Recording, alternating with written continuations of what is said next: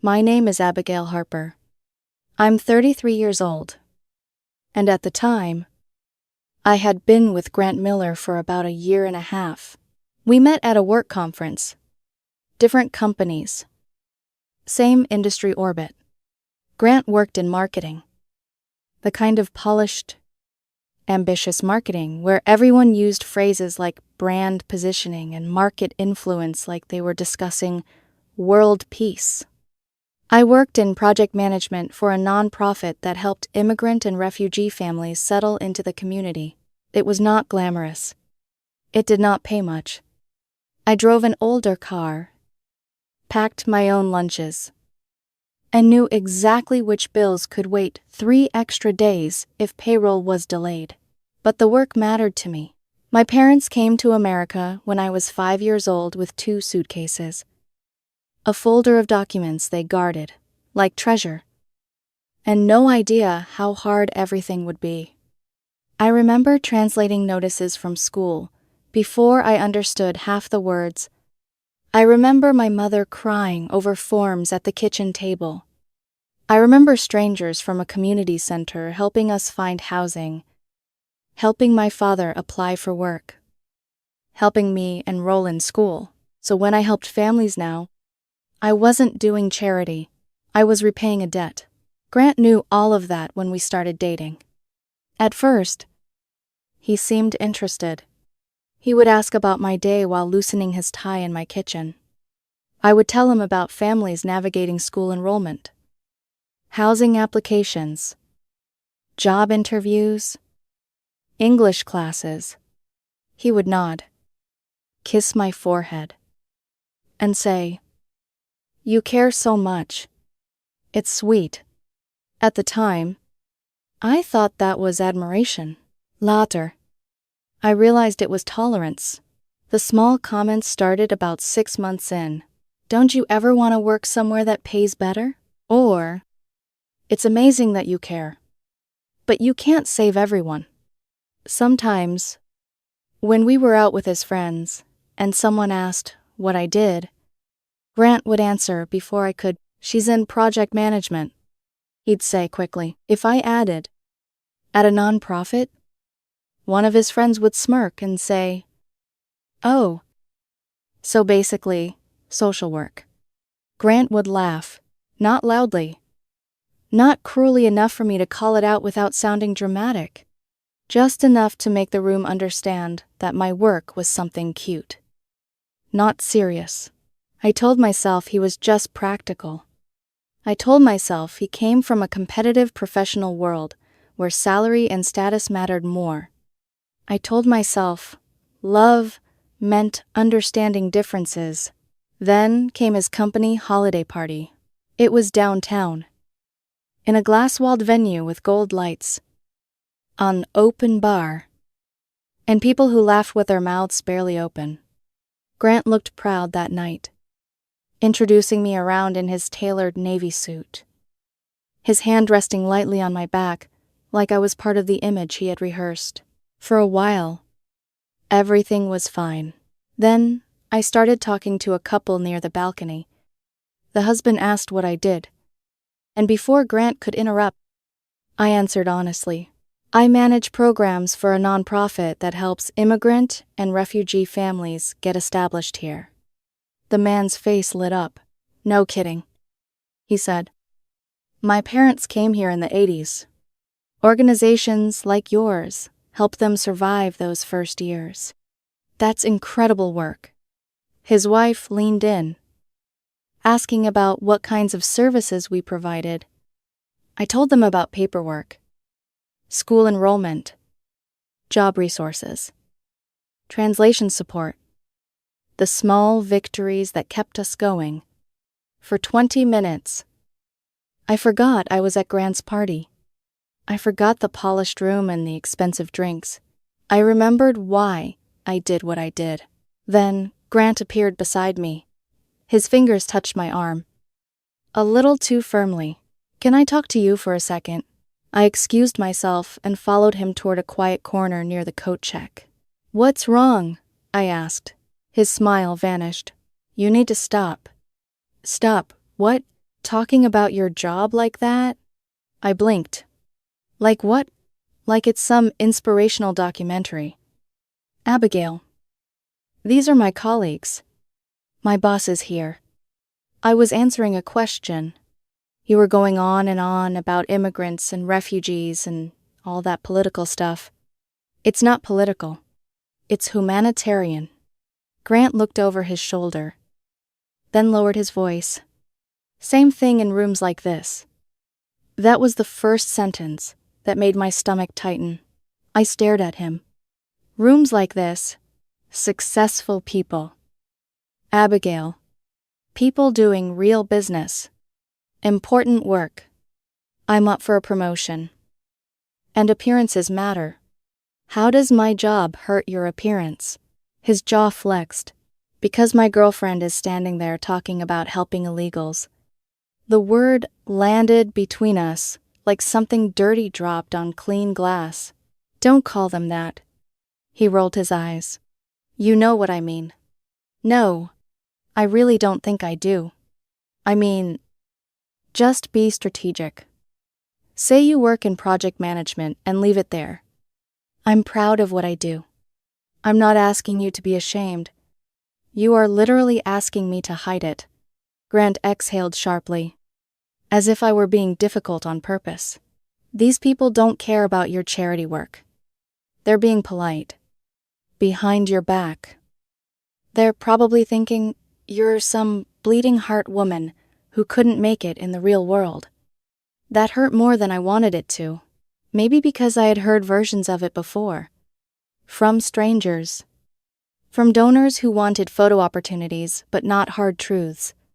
From people who loved the idea of compassion until it made dinner uncomfortable, but hearing it from the man who said he loved me made something inside me crack.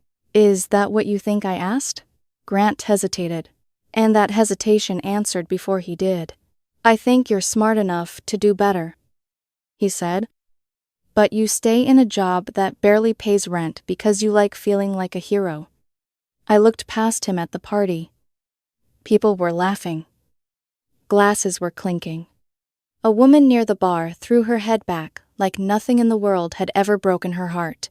I'm going back to that conversation. I said, seriously. Yes. After what I just said. Yes. His eyes hardened. Fine. But don't come crying to me when you embarrass yourself. I walked away. The couple was still there. Now joined by another woman who had overheard part of our conversation and wanted to ask about volunteer opportunities. I talked with them for another 20 minutes. Grant stood across the room with his coworkers, watching me with a cold expression I had never seen before. When we got into my car later, he was silent. Not guilty, silent. Punishing silent. We drove halfway home before he finally said, I can't believe you did that. Had a conversation. You ignored me. You made me look like an idiot in front of my colleagues. I didn't make you look like anything. You don't understand my world. I kept my eyes on the road. I understand more than you think. Then he said it. Stop siding with people like them. It's embarrassing. My hands tightened around the steering wheel. People like them. I repeated. You know what I mean. No, I said, pulling the car to the side of the road. Explain it. Grant looked at me like I had trapped him. People who are always playing the victim, he said, expecting handouts, coming here and taking advantage of the system. I put the car in park. For a few seconds, neither of us moved. Then I said, Get out. His head snapped toward me. What? Get out of my car. Are you insane? We're 20 minutes from my apartment. I don't care. I'm not getting out. Then sit there quietly until we arrive. I said, my voice shaking now. Because I don't want to hear your voice. He crossed his arms and stared out the window, like I was the one who had humiliated him. I drove him home in silence. When we reached his building, I did not go inside. I did not kiss him goodnight. I waited until he unlocked the front door, then drove away. An hour later, he texted me, "You overreacted." Then, "Can we talk about this like adults?" Then, "Call me when you're ready to apologize." I stared at that last message for a long time. Then, I blocked his number. The next morning, I woke up to 17 missed calls. Not from Grant's number, from 3 different numbers. Apparently, being blocked was merely an inconvenience in his mind. The texts ranged from irritated to manipulative. "You're acting like a child. You're throwing away a year and a half over one argument. I never said anything wrong. You're twisting my words." The last one actually made me laugh. Not because it was funny, because people only accuse you of twisting their words when they desperately wish they had chosen different ones. I ignored every message. Then I went to work. That day, our team was helping a family who had recently arrived from Syria. The parents spoke limited English. Their 2 children were nervous about starting school. We spent hours helping them navigate enrollment paperwork, connecting them with language programs, and preparing them for interviews. Near the end of the day, we informed the mother that a local bakery owner wanted to meet her for a job interview. She started crying. Not loud sobs, the quiet kind. The kind that comes from carrying fear for too long. Her husband shook my hand so many times I lost count. As I drove home that evening, I thought about Grant. Not because I missed him, because I couldn't imagine looking at that family and seeing what he saw. I couldn't imagine hearing their story and reducing them to people like them. The knock on my apartment door came around 7. I already knew who it was. Grant stood in the hallway holding a coffee carrier. An old trick. Bring something thoughtful and pretend the problem isn't serious. "We need to talk," he said. "I don't think we do." His jaw tightened. "Really? You're ending everything because I made one comment." There it was. The rewriting of history. The transformation of a pattern into a single mistake. It wasn't one comment, Abigail. It was months of comments. Months of disrespect. Months of pretending my work was embarrassing. His expression darkened. "I was trying to help you. Help me do what? Fit in." The words hit me harder than the insults, because they revealed something deeper. Grant genuinely believed fitting in mattered, more than being authentic, more than compassion, more than values. "You don't get it," he continued. "The professional world is different." "No," I said. "I understand perfectly. That's the problem." He stared at me. I took a breath. "I don't think you're evil, Grant." For a moment, hope flickered across his face. Then I continued. "I think you've surrounded yourself with people who believe salary equals worth, status equals character. And you've started believing it too." "That's not true. You called vulnerable families embarrassing." "I didn't mean it like that." "Yes, you did." Silence. The hallway suddenly felt smaller. "You know what I think?" I asked quietly. "What?" "I think that was the most honest thing you've ever said to me." His face paled. I opened the door wider, not inviting him inside, giving him room to leave. "We're done, Grant." His shoulders dropped. For the first time since arriving, he seemed genuinely shocked. Not upset, not angry, surprised, as if he had expected enough pressure to eventually wear me down. "You can't be serious." "I am. After everything, especially after everything." He stood there for another minute, waiting, expecting me to change my mind.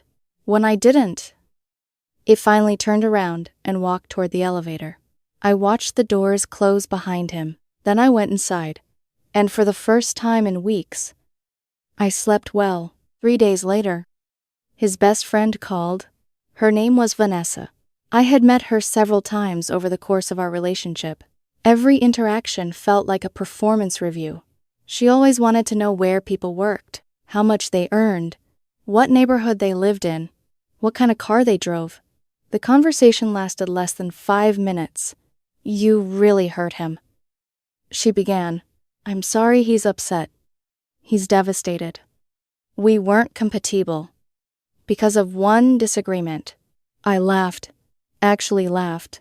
The sound surprised even me. Why is everyone pretending this was one disagreement? Because it was.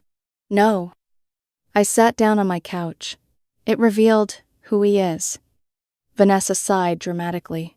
"Grant is one of the most generous people I know." "To whom? What?" "To people who benefit him." Her silence lasted half a second too long. I continued. "He showed absolutely no compassion toward the families I help." "You're being judgmental." "No. I'm being observant. You act like you're morally superior." There it was. The accusation people make when they run out of arguments. I'm not superior, I said calmly. I just know the difference between helping vulnerable people and looking down on them. She hung up. I never heard from her again. 2 days later, another text arrived. A new number. Obviously Grant. "Please come downtown." "No. Please." "No. It's important." Still no. Then came the message that made me pause. "My parents are here." I frowned. "What?" "They're visiting. I told them about you. They want to meet you." That was strange. Very strange. We had dated for 18 months. I'd heard stories about his parents, seen photos, but somehow circumstances had always prevented a meeting. They lived several hours away, or so he claimed. Why would I meet your parents now? Because they're only here tonight. Please, just 30 minutes. I should have said no. Every instinct told me to say no. Instead, curiosity got the better of me. 30 minutes. I told myself, 1 drink, petite conversation, then leave. The restaurant was upscale, low lighting, white tablecloths, the kind of place where every appetizer cost more than my monthly phone bill. I spotted Grant immediately. He stood, the moment I approached. Relief flooded his face. Too much relief. Like a man watching a bomb timer stop at 1 second. There she is. Before I could react, he hugged me. I didn't hug back. 2 older people stood from the table. His parents. His father offered a warm smile. His mother looked genuinely excited. And suddenly I understood. Grant hadn't told them. Not about the breakup. Not about anything. "Abigail," his father said warmly. "It's wonderful to finally meet you." "You too." The salt, an uncomfortable knot formed in my stomach. Because these people seemed kind. Authentically kind. The opposite of what I expected. His father asked about my work. I opened my mouth. Grant answered first. "She does project management." I slowly turned toward him. His eyes remained fixed on the menu. And in that moment, everything clicked. He wasn't protecting me. He was still hiding me. Still editing me. Still trying to make me presentable. "Actually," I said. Grant visibly stiffened. I looked directly at his parents.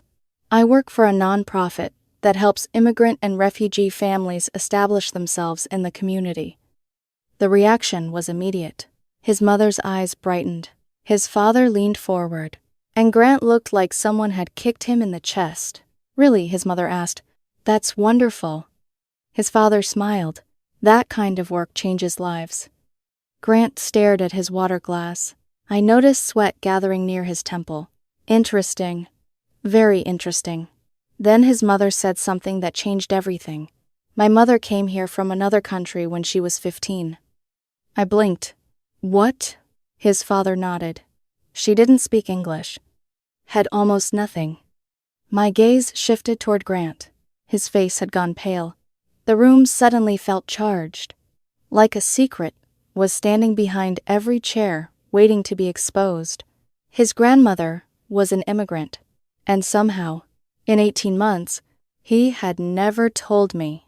Not once. Not a single time. The realization settled heavily in my chest, and I knew this dinner was about to become far more important than Grant had ever intended.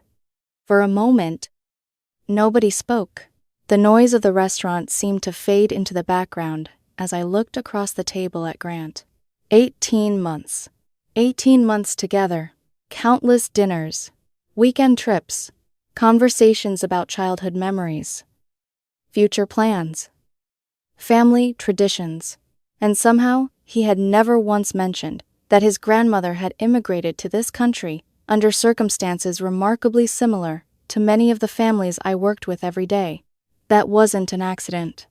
That was a choice. His mother continued smiling, unaware of the storm forming beneath the surface. My mother still talks about those early years. She said, the apartment they lived in was tiny. 2 families sharing 3 rooms. His father laughed softly. She claims it built character. Personally, I think it just built stubbornness. His wife nudged him. Both? The table laughed. Everyone except Grant. He looked trapped, like someone watching a carefully constructed wall begin to crack. Organizations like yours helped them tremendously. His father continued.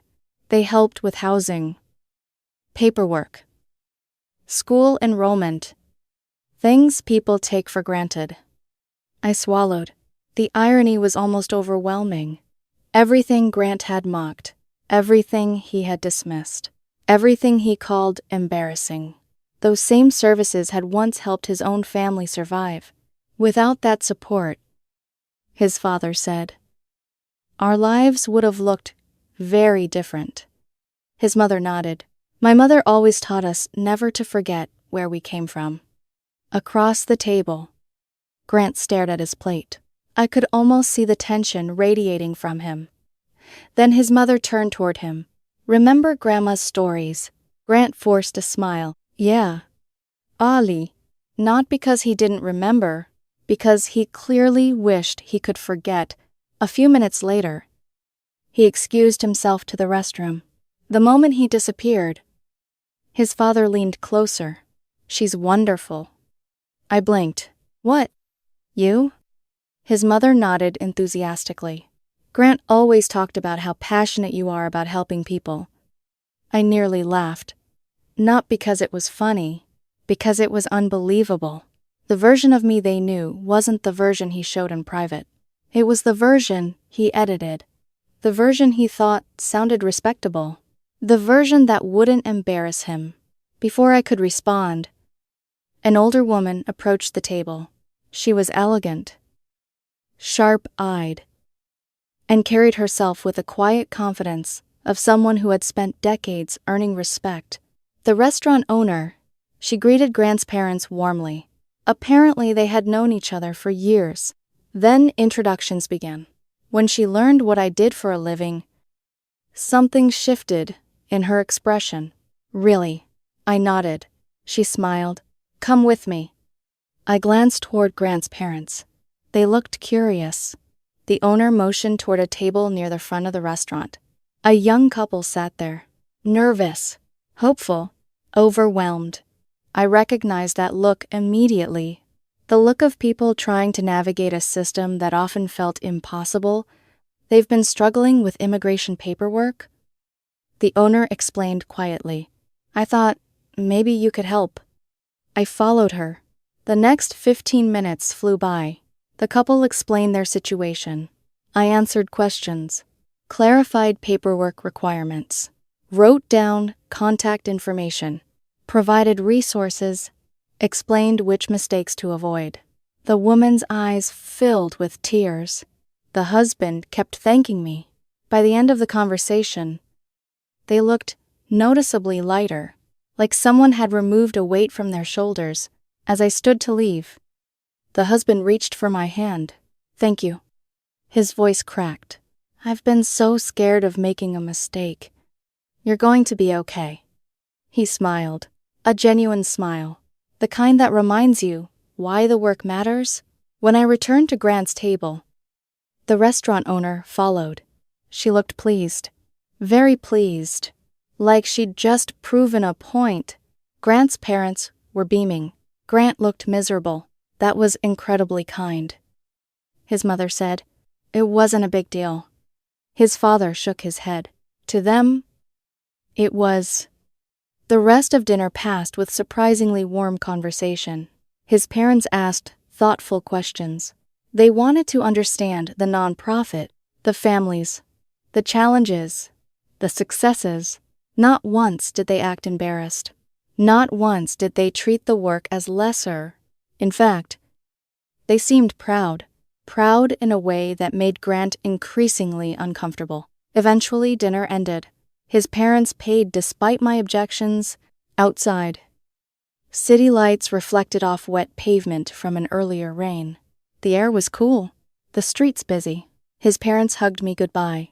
His mother held my hands. "We hope to see you again." His father nodded. Seriously. "Abigail, don't ever let anyone make you feel ashamed of what you do." The words landed heavily, because everyone standing there knew exactly who had tried. Everyone, including Grant. His parents eventually left, and then it was just the two of us, standing beneath the glow of a street lamp. The silence stretched. Finally, Grant spoke. "I can't believe you did that." I almost laughed. Again. Did what? Told them the truth.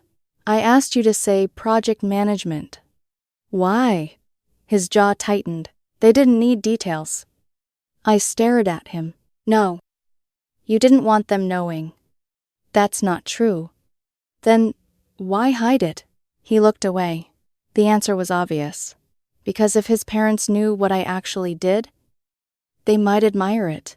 And if they admired it, they'd expose how wrong he'd been. "Your grandmother was an immigrant," I said quietly. "So?" I stared at him in disbelief. "So?" He rubbed his forehead. "That's different." The words shocked me. Different how? "She came legally." He felt anger rise in my chest. Not explosive anger. Disappointment. The deeper kind. The kind that comes when someone repeatedly chooses ignorance, despite every opportunity not to. Most of the families we help are here legally. He didn't answer. And even if they weren't, I continued, they're still human beings. Grant looked exhausted, cornered, like a man running out of excuses. I took a step closer. "Why didn't you tell me?" "What? About your family?" He swallowed. "I don't know." "Yes. You do." His eyes met mine, for the first time all evening. Genuine emotion surfaced. Not arrogance, not defensiveness. Shame. Real shame. And suddenly I understood. Not everything, but enough. He wasn't just embarrassed by immigrants. He was embarrassed by the fact that his own family had once struggled. Embarrassed by poverty. Embarrassed by dependence. Embarrassed by needing help. Embarrassed by where he came from. The realization hit me like cold water. You've spent your entire life trying to outrun your family's story. His expression changed. I knew I was right. That's not fair. It is fair. No. Grant. Your parents are proud of their history. They don't understand. His voice cracked. I stopped. That was new. Very new. He looked away. Toward the traffic. Toward anything except me. You don't know what it's like. I waited. He continued quietly. Growing up, kids made jokes. His voice barely audible. They mocked my grandmother's accent. I said nothing. They mocked where we lived. He laughed bitterly.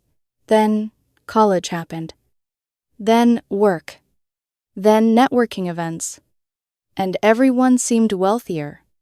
More polished. More successful. Suddenly, pieces began connecting. Not excuses. Explanations. Different things. I worked so hard to fit in. He admitted. And eventually you started believing them. His eyes closed. A painful silence followed, because deep down, I think he knew exactly what he had become. Someone willing to reject his roots to gain acceptance. Someone willing to mock the people his grandmother once resembled. Someone willing to diminish the woman he claimed to love because her work reminded him of a history he wanted erased. When he opened his eyes again, they were wet. I just wanted things to be easier. The confession hung between us. Honest, pathetic, heartbreaking, and far too late. I just wanted things to be easier. His voice cracked when he said it. For a brief second, I saw the little boy behind the polished marketing executive. The kid who had been embarrassed by hand-me-down clothes. The teenager who had watched wealthier classmates drive nicer cars and take expensive vacations. The young man who had spent years reinventing himself until even he no longer recognized where he came from. And for that brief second, I felt sorry for him, but feeling sorry for someone and trusting them are two very different things. Easier for who, I asked quietly. Grant looked away. For both of us.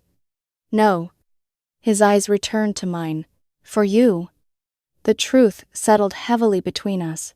He knew it. I knew it. Everything he'd done had been about protecting his image. Not me. Not us.